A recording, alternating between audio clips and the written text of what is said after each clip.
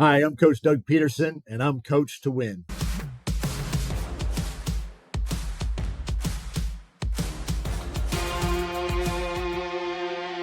Go get me some knowledge. Doug, I've had so much fun researching your career, your life. The one thing that stood out to me, the funniest, it was like we actually were.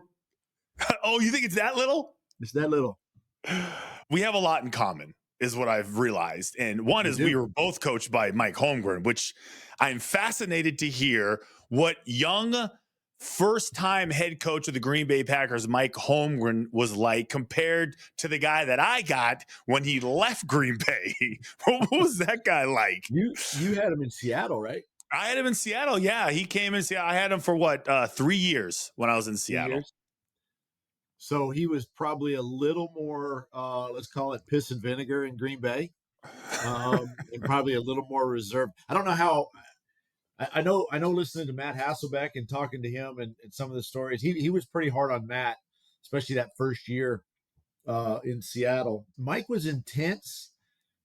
Mike was a good motivator, good speaker.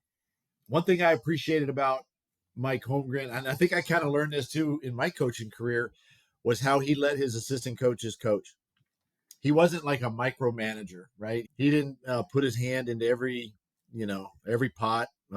He let Andy Reid coach us as quarterbacks.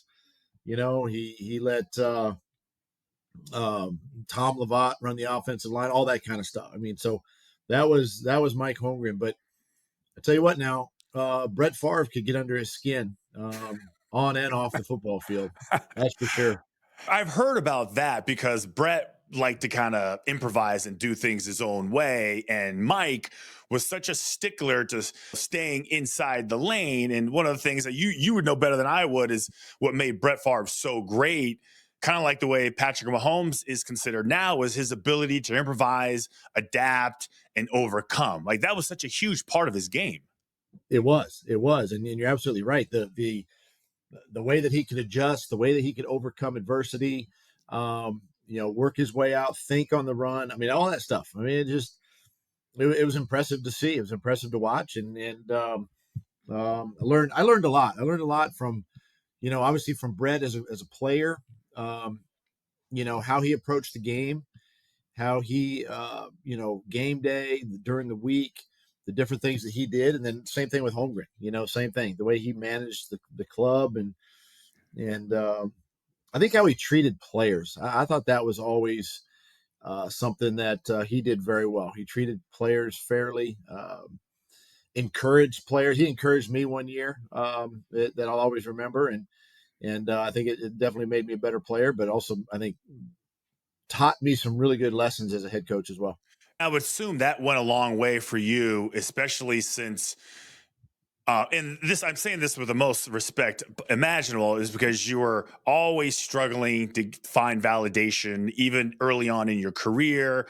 You finally get a starting job with the Philadelphia Eagles. Andy Reid becomes the head coach. He brings you over. They end up drafting Donovan McNabb. Then you end up losing your job to him. And it was almost one of those things where we love you, but I want you to coach this guy along, when I'm sure you had your own agenda for your own career. Like, how challenging was that for you to handle? Yeah, that, my whole career was that way though. Even in Miami, I started out on the practice squad in Miami and South Florida before I got, elevated in 1993, when Marino got hurt, blew his Achilles, I get activated. But then I get demoted at the end of the season again. So there was always that, I think, that burning desire,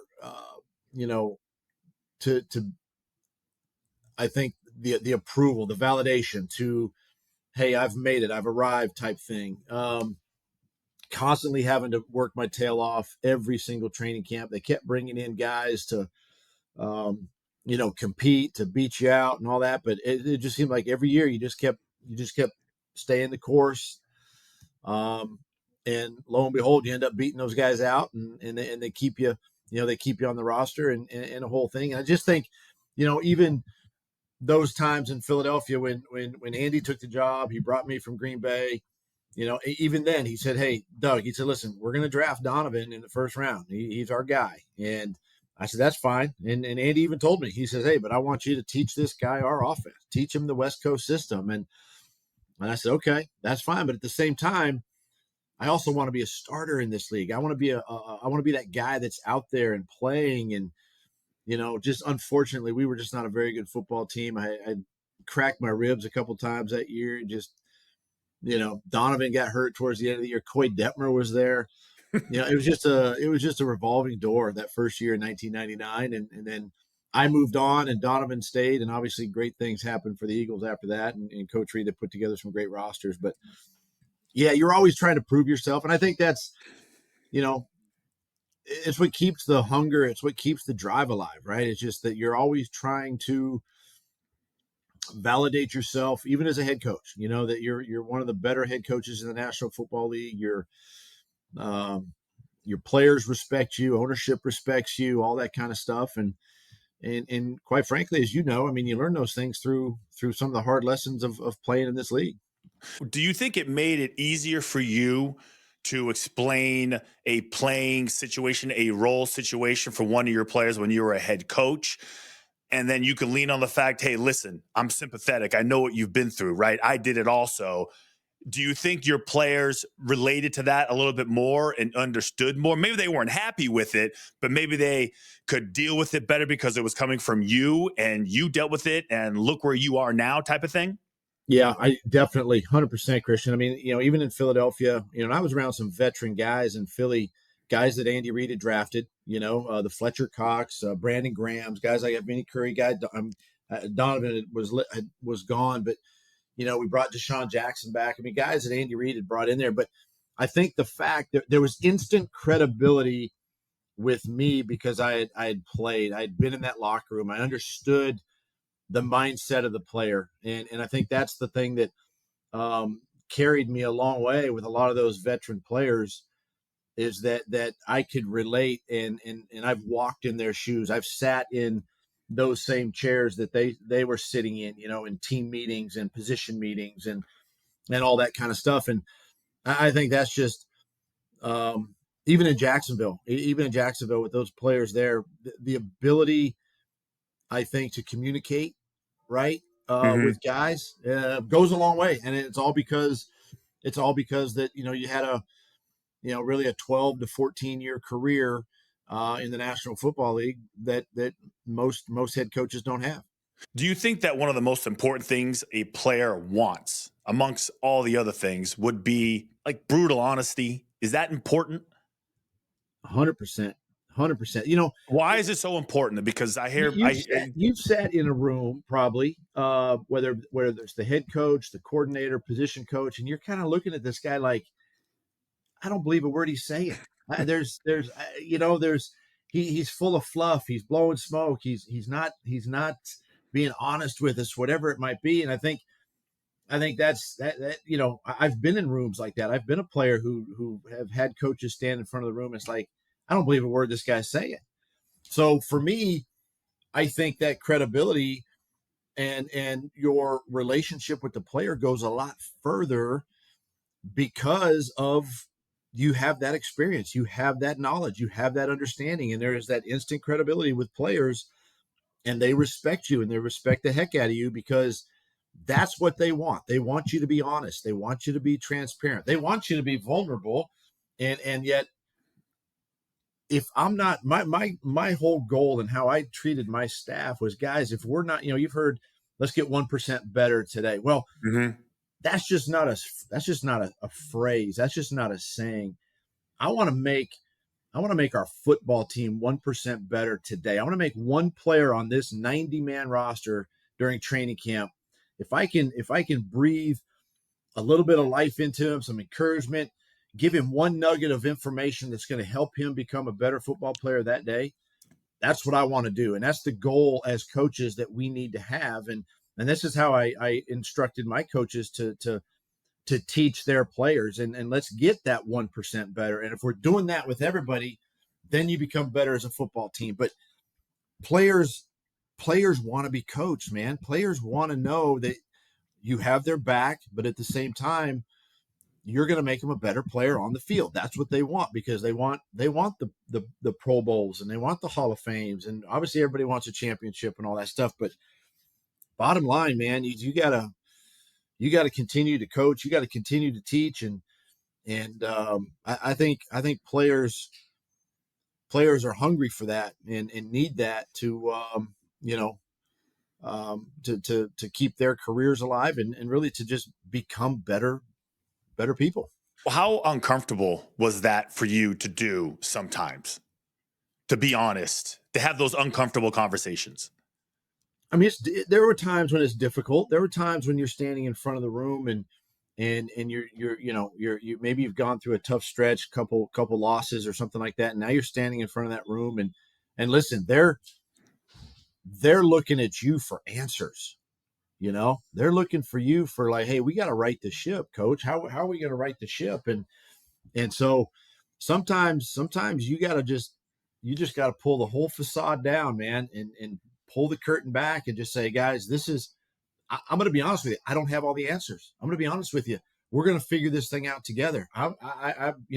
That's why we've got 20 coaches here, and we got these you guys, the great players in this room. We're going to figure this thing out.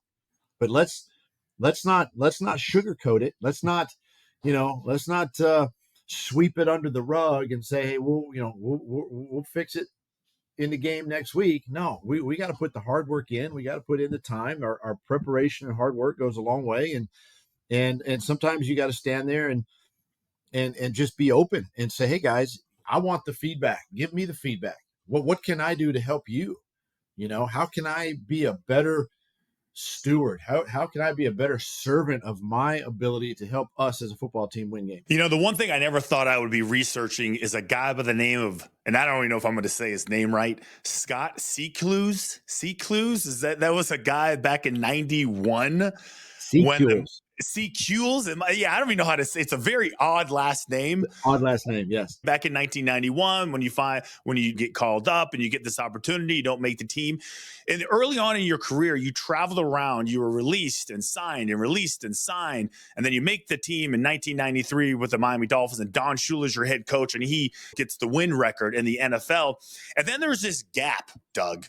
There's this gap in your NFL career. When I go to Pro Football Reference, it's like 2 years. Was that when you were like with the Rhine Fire or in NFL Europe? Was that those years? So there was a time there where in 93, obviously I was on the roster, as you said, you did your research, so that I was the quarterback that was on the field that won Don Shula's 325th, right, career victories, all-time winningest head coach, Don Shula, in Philadelphia of all places. And so anyway, that was in 1993. Another tidbit of information in 93, we go to Dallas on Thanksgiving Day, had a little bit of an ice storm, wake up to an ice storm. That's the Leon Lett game. Oh, that's right. They show that highlight every Thanksgiving. They show that highlight. So I was the holder. I was the backup quarterback behind Steve DeBerg, but I was the holder out there for the game-winning kick in 1993. Fast forward a couple weeks later, I'm not good enough anymore, so they cut me to bring in Hugh Millen. If you remember Hugh Millen, yeah, of course I do. Washington, University of Washington guy. Guy. And they let me go, and they say, hey, we need somebody with a little more experience, because they were going to go on this so-called playoff run in Miami. And I guess God answered my prayer, because they ended up losing like the last 6 games, missed the playoffs, the whole thing. So the Dolphins didn't go to the playoffs. So in 93, I get kicked to the curb. And then in 94, I go back to training camp and got released in training camp. And then it wasn't until, I didn't get picked up in 94. So those year and a half in there's not going to be any sightings of Doug Pederson anywhere. But then in 1995, they scraped you from the record books. Yeah, in 1995. Actually, I'm sorry, in 94, I was with the Dolphins. 95 began this, got released in training camp in 95, so there was really nothing there. And then I got picked up with the Green Bay Packers in like November of 95. So there is a couple of years in there where there's like, you're not going to find a whole lot of information about me. Let me go even farther back, because I did think it was interesting that when your football career ended, you went straight into coaching, but you went into high school coaching. Were you a head coach and a math teacher at the same time? Was one separate than the other? How did that work? So fortunately for me, I just stepped away from the game. 2004 was my last year in Green Bay. Stepped away. Um, Interviewed at Calvary Baptist Academy in Shreveport, Louisiana, and got the job. And luckily for me, it was a private school, so I didn't necessarily need a teaching certificate to Yeah. teach. So basically, even though I didn't have a teaching certificate, I still needed 3 classes where I was the head of the class, so they stuck me with PE. I was the Oh, there you head. go. That's it. Yeah, I was the head PE coach for the high school and for middle school, because we were K through 12. So I had the Yeah. middle school and the high school. So I was the head PE. But really, I didn't even attend class. I let my assistant coaches go in there and run the class. So it worked out pretty good for me. I've met and talked to other NFL coaches, longtime college coaches that went back to coach in high school because they just love coaching. Mike Sherman, my old coach. I don't know Yeah. if you know Mike as well. Like Mike, Yeah, he coached me. Mike was down in the Cape somewhere, like about an hour away from me right now. And I remember talking to all these guys, and I'm curious, like, how different is your approach when you coach a high school kid, a college kid, or a pro? For me, honestly, the approach is still the same. I don't think you need to. The game is different. Okay, so the complexity of the game can be different. The complexity of an NFL game is way different than a high school game, obviously. But if you break it down into simple terms where that player can understand, regardless of whether he's in high school or in the NFL, that's all the player wants. Just break it down so I can understand it and speak my language. So I think that was the one thing coming from the NFL and going right into high school is I had to figure out how to dumb down, so to speak, all the knowledge that I had. I couldn't teach them, hey, this is this is one robber, one blitz, this is two invert, this is two sky invert, they're like, whoa, hold on, time out. I can't. Dude, Sky, What is that? go back. Come on, is it one high or two high? And that's the thing is you gotta break it down to its simplest form. So it's really no different to coaching in the NFL. There's a lot of first year college players that, I hate to say it, were never really taught in college, and they weren't taught the fundamentals in college and some of the basics. So, again, you have to speak their language to where they can understand it, and to allow a player to play fast. So I think the approach is the same. And but then again, too, I mean, Christian, there are players too where you need like you need a trigonometry degree to speak their language. Yeah. And I'm like, well, The Ivy League kids. The Ivy League kids. Those are the Ivy League kids. That wasn't me, though. That wasn't me. I mean, I wasn't that player. I didn't want to be taught that way. I didn't want to be coached that way. But you do have some of those as well. So a little bit of both. But at the same time, I think for me, it's very similar. Whether you're coaching a high school kid or an NFL kid, NFL player, giving them the information that they can fully understand and grasp what you're talking about. Let's just say a guy comes from a college, because there's a lot of great athletes and they go to small schools and their offensive system is just whack. Their defensive system is just odd, but it works for them. They're not technically up on the minutia that is an offensive game plan, and they don't know voids, and they don't know spacing, and they don't know route concept. It's completely foreign to them. If you find a guy like that, something else, I'm assuming, has to stand out for you to give them a chance to kind of integrate into your system. What are those kind of characteristics? If you know someone doesn't have, like, not everyone can go to Alabama, right, or play in the SEC. So what else would you need to see to know that this guy stands out, this guy can make it in the NFL? Well, I think that's, you know, if you're in the National Football League, you're there for a reason, right? You're a good football player, regardless of the position you play. You're a good football player. You've earned the right to be there. It's our job as a coach to make sure that you understand the information, and everybody learns differently. And it's our job again as coaches to figure out when you're in that room to figure out, okay, these three guys learn a certain way. I got another two or three guys over here. Well, they need to be more on the field. They need more hands-on the field. They need to be those rep guys. You know, you got guys that can just look at it on the screen and go, "Oh, I got it."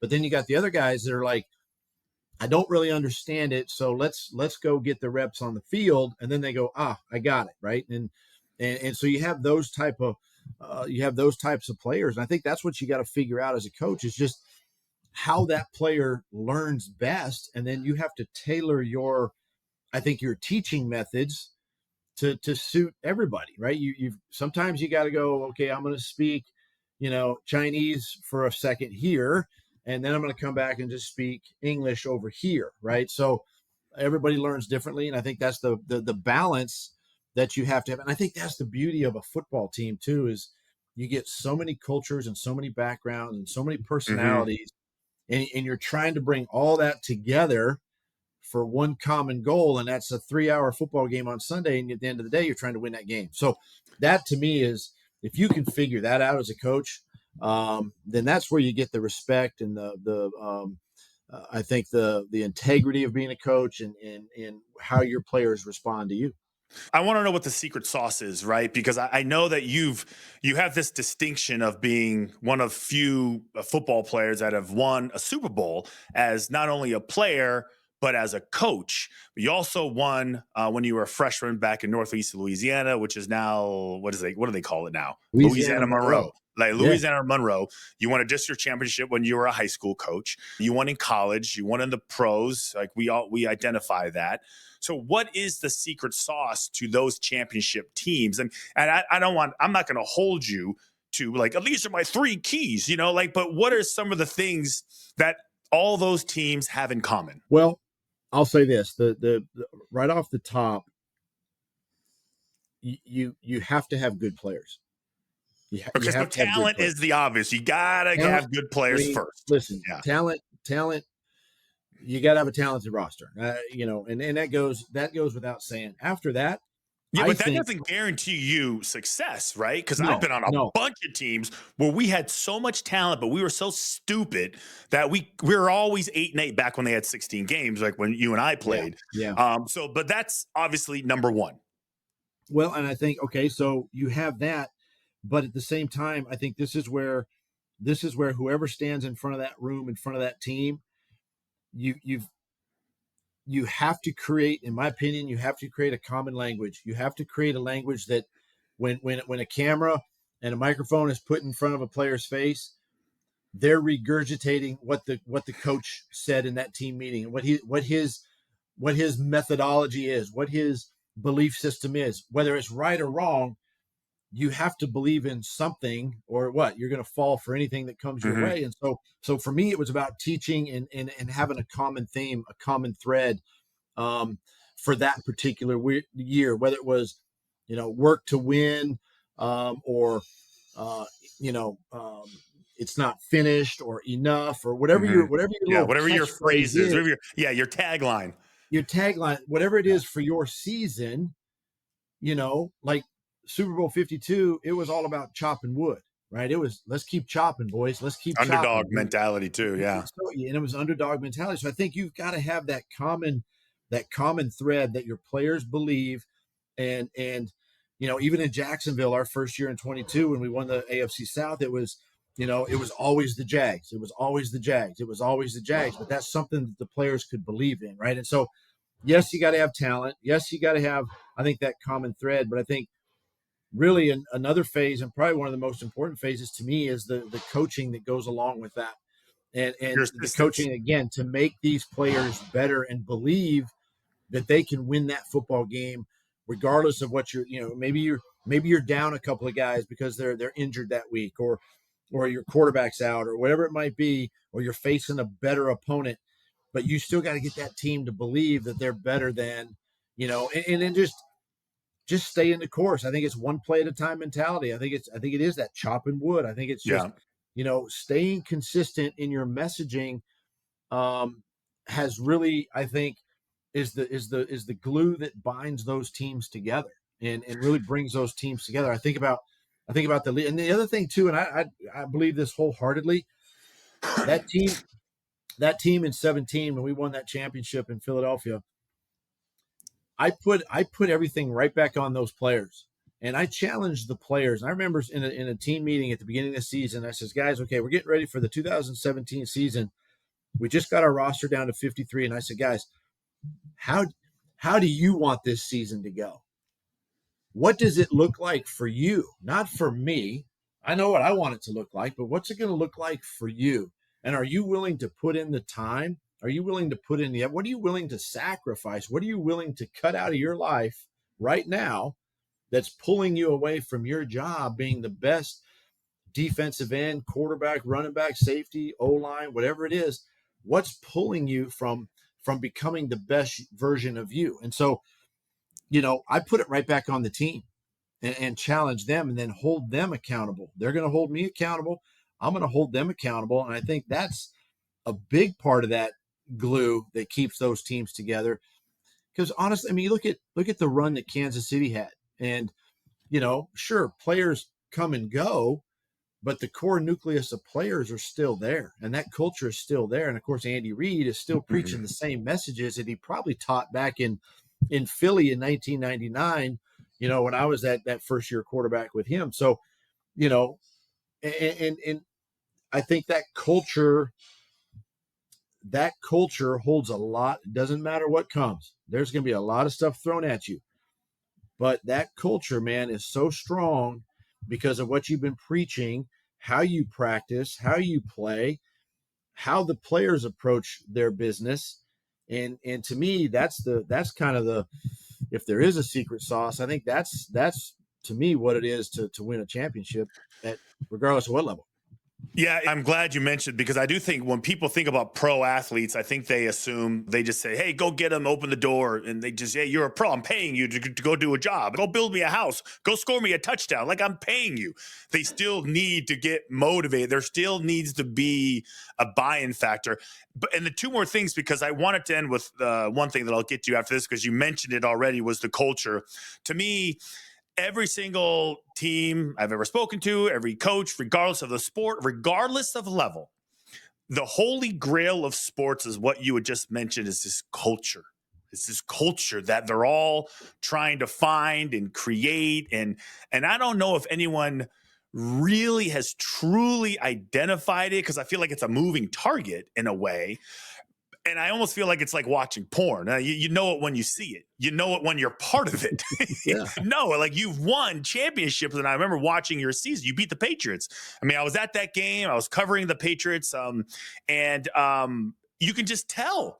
And you feel it when you walk through the locker room. You know it when you get up in the morning, and you feel it on the bus. It's so hard to maintain. That's what I think what the Chiefs have been doing is just remarkable. I mean, they got talent, but sustaining that and nobody getting uptight or acting out, it's so commendable to, Andy Reid and his staff. 100%. Same way in New England with Bill. And of course, when Tom was there and had some great teams, and again, players come and go, but their culture was so strong. It didn't matter who came, who knew was coming onto that team as a player or a coach, man, they bought in right away. And I think too, culture can be a little bit of a feeling. I think it's a little bit of an emotion. I think that's what you feel of the culture. Culture is a place that you create that everybody enjoys coming to every single day. You enjoy when you wake up in the morning, you enjoy going to the office and putting the pads on, knowing we're going to have a 9-on-7 today, or a team run period today, or we're in training camp and it's going to be 95 degrees and it's going to be hot. And yet you enjoy that as a player because you're going to go to a place that you enjoy working at. And because everybody gets along, they're speaking the same language, I'm being coached right. Um, you know, and so I think that's the essence of what a culture is. And it's, you know, it's created, you have to work Yeah. at it. Mm-hmm. But the culture the next year is not going to be the same as it was last year. You got to almost start over. You got to reinvent yourself again the next year, and sort of build on last year. But at the same time, I think your identity is going to be a little bit different. The faces are a little bit new, but I think too, sometimes your core principles will never change. Whatever those are, as a coach, whoever the coach is, they're going to have his core values, and this is what I believe, right? And I think too, and this is what I kept preaching to my team all the time. There were three things that I kept preaching. One is let's not beat ourselves. Let's not beat ourselves. Let's not be the team that goes out there and fumbles the ball, turnovers the ball, jumps off sides, making dumb mistakes. Let's be the team that plays within ourselves, and we're going to be a smarter football team. We're not going to beat ourselves. We're also going to be a more physical football team. We're going to kind of impose our will, on our opponents. We're going to be the more physical football team. That's blocking, that's tackling, that's running with the ball, whatever it looks like. And then the last one was, let's be a better conditioned football team. Those teams in the fourth quarter, when it's hot in September and October, who's the better conditioned football team that's going to run away with this football game? And so those three things to me were always sort of the core makeup of our culture that I talked about in Philly, and I also talked about in Jacksonville. And that's something that's tangible that the guys can see, they can feel it, and that also sort of feeds into the mentality of what your culture is all about. I love it. That's great. I agree with you on everything. All right. So one thing before we end this, right? Okay. Now, don't chicken out with this game, because we're going to play a quick little game. All right. You have to answer the question. Okay. All right. So, because as a player, you play with some of the best quarterbacks ever, Hall of Fame quarterbacks. You also were coached by some of the best coaches in the top 5 in the history of the game. Right. So you got to pick one of each side, right? I'm going to give you 3 options for each. Okay. So you can only pick one quarterback out of Dan Marino, Brett Favre, and Donovan McNabb. Which one are you picking? Which guy are you picking? Oh, you don't have to tell me why, because I feel like the other one's going to be jealous, and they're going to be like, well, you didn't give me a reason. And they're going to be like hitting you up and they're going to have issues with you. They're all 3 are very, very similar. For me, and I think it's just because I spent 8 years with him, is Brett. I think he and it's really nothing against the other 2, because I love Dan Marino and Donovan as well. But Brett, to me, was just that ultimate competitor. He knew, and Dan was the same way, but they just knew how to win. And there are those, and it's quite unfortunate that, Dan made it to a Super Bowl, never won it. Donovan made it to a Super Bowl and never won it. And I think, for me, that's why I think Brett stands out with that group. Okay. All right. Now, coaches wise, Don Shula, Andy Reid, Mike Holmgren. Well, I've always said this. I lean towards Andy Reid. Been a big mentor of mine. He coached me as a player, not only a position, a quarterback group in Green Bay, but as a head coach in Philly. And then I had a chance to work for him. So Andy Reid in that group. I was going to throw out Mike McCoy, Coy Detmer, or McMahon also as the next option. And I would hope you would pick Coy Detmer, the biggest, squirreliest quarterback I've ever met or known in my life. I tell you what, though, pound for pound, one of the toughest quarterbacks physically, could take a beating and jump up. I mean, that dude was tough as nail. I know, maybe 120 pounds, maybe 120 pounds. Yeah, maybe. And the other ones have just been great.